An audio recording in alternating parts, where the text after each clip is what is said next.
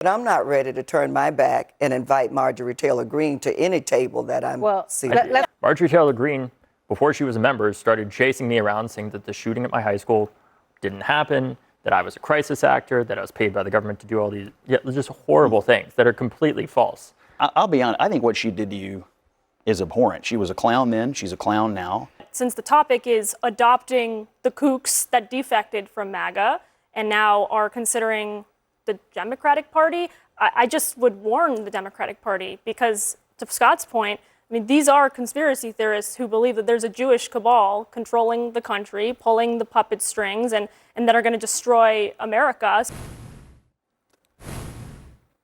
Tonight, Ilhan Omar is applauding MAGA stars Candace Owens and Marjorie Taylor Greene for breaking with Donald Trump and expressing their buyer's remorse. The thing that has been very fascinating, especially about Marjorie and Candace, is that they are not just coming out like the other ones that you'd mentioned, where they're saying this action is wrong, right? They're saying, I am done with you. We should give them credit for that. So if somebody is ready to take that step and at least talk to us and maybe do something differently, the message cannot be, I told you so. The message has to be, welcome aboard. What else can we do together? Ilhan Omar is saying, give them credit. Pete Buttigieg is saying, let's hold hands and say, what can we do together? Do you think that's the right move? So look, I have to address something first, which is that when I was, I've had a personal interaction with Marjorie Taylor Greene. When I was 18 after the shooting at my high school, when I was lobbying members of Congress, my fellow activists in March for Our Lives, Marjorie Taylor Greene, before she was a member, started chasing me around saying that the shooting at my high school didn't happen, that I was a crisis actor, that I was paid by the government to do all these just horrible things that are completely false. And at the same time, what those conversations that they're talking about remind me of is my own evolution as an activist. In terms of when I was in college, I didn't go to college to just be surrounded by a bunch of liberals necessarily. I know that's hard for you guys to believe, but it's true. That's why I joined the shooting club when I was in college. And as you can imagine, Scott, I was not very popular there. But it's important to talk to people who disagree with us, because ultimately, even though we're Democrats and Republicans, we have to find what little overlap there is that we can move forward on. And look, we can speculate all we want on her intentions and why she's doing this ultimately. But from my perspective, I'm willing to take that first step and have that conversation with her. And I would challenge her to this too. If she wants to come on your show and talk to me directly about why she's changed her mind, I'm happy to do that and have that conversation. And I would challenge her to do that and prove to us why she actually is authentic and changing, and that this is not just another opportunistic political opportunity like it was when she chased me after the shooting at my high school. But I'm willing to give her a small chance to have that conversation. But it's important to note too, this is not just a Marjorie Taylor Greene phenomenon. We're seeing Tucker Carlson. We're seeing people across the board defect increasingly from Trump. Okay. What do all those people have in? What do all those people have in common, by the way? Trump.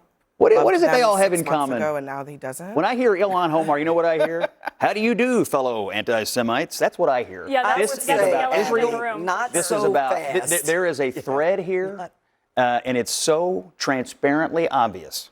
And I'll be honest, I think what she did to you is abhorrent. She was a clown then, she's a clown now. This entire thing for her is political. Trump didn't want to back her in a statewide race in Georgia, and she's a conspiracy theorist then, and she's a conspiracy theorist now. And I would caution you. I would caution you. I don't think Joe Rogan's an anti-Semite. I don't think Andrew Schultz is an anti-Semite. I don't think Eric Erickson is an anti-Semite. No. I think there's a lot of people around the country whose names we don't know. We're talking about Marjorie Taylor Greene, Tucker Carlson. You're saying other people. But just one second. What do all of them have in common? Even if you say that the only thing that is important about those three individuals in particular is that they're anti-Semitic, what does it say about the president that he was totally fine with them 6 months ago? Well, and they were totally fine with him. What does it say? Look, he attracted a lot of people, and some of the people that he attracted, that have those views, I completely and totally disagree with. And he has been quite clear about his views on these issues, and he has led the party away from those views. And that's frankly one of the reasons they're not in it anymore. He spoke on the phone with Tucker Carlson about 6 weeks ago. What did he say? What did he according say? to the What did he reporting. say about him last week? But why? I mean, look, you're arguing to me that they are repulsive people who are anti-Semitic. The president of the United States is on the phone with them, and he disavowed them last week. I'm just saying. I think the people, Abby, that you're talking but about. let's go back to what David said, because I think it's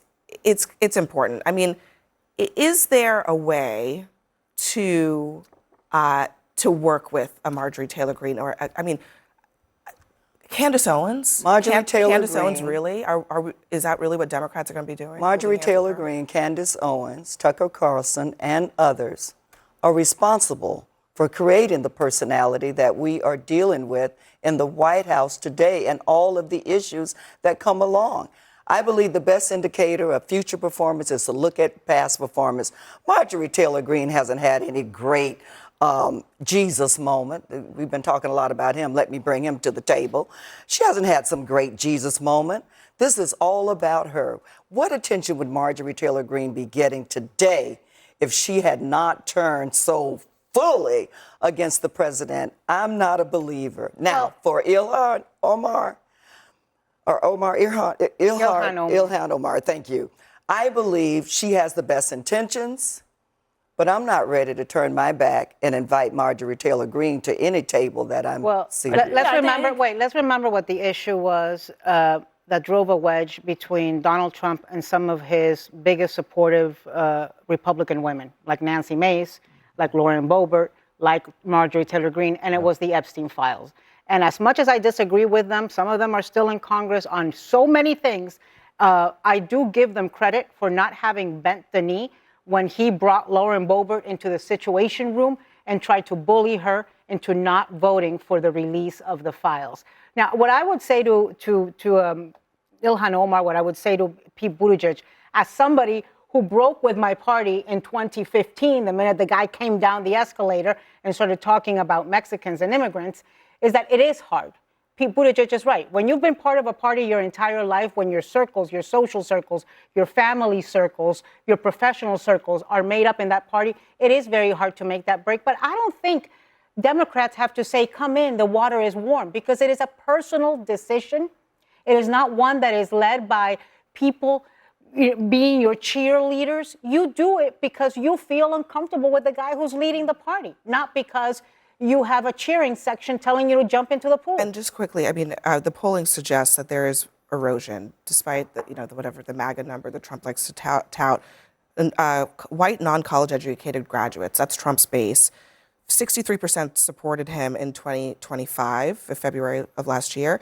49% support him now in April 2026. Yeah, and I mean, obviously, the way that this war has been conducted is not universally popular among every single MAGA voter, among every single Republican. But since the topic is adopting the kooks that defected from MAGA and now are considering the Democratic Party, I just would warn the Democratic Party, because to Scott's point, I mean, these are conspiracy theorists who believe that there's a Jewish cabal controlling the country, pulling the puppet strings, and that are going to destroy America. So if that's the unholy alliance that these Ilhan crooks Omar were wants campaigning with Trump and for Trump all over the country. They have not changed. I mean, they were the poster child for the same conspiracy people. theorists then, conspiracy theorists There's also, now. I mean, we didn't even mention Megyn Kelly. I mean, but again, the day before the 2024 election, she was in a closing argument campaign rally with President Trump. I mean, the idea that suddenly they're kooks and the Republican Party is happy to be rid of them is Matt Gaetz and Marjorie new. Taylor Greene barnstormed the country Yes, on they behalf did. of Donald And it Trump. really also They kicked off after created the Epstein this. files, Yeah. to your point. All right.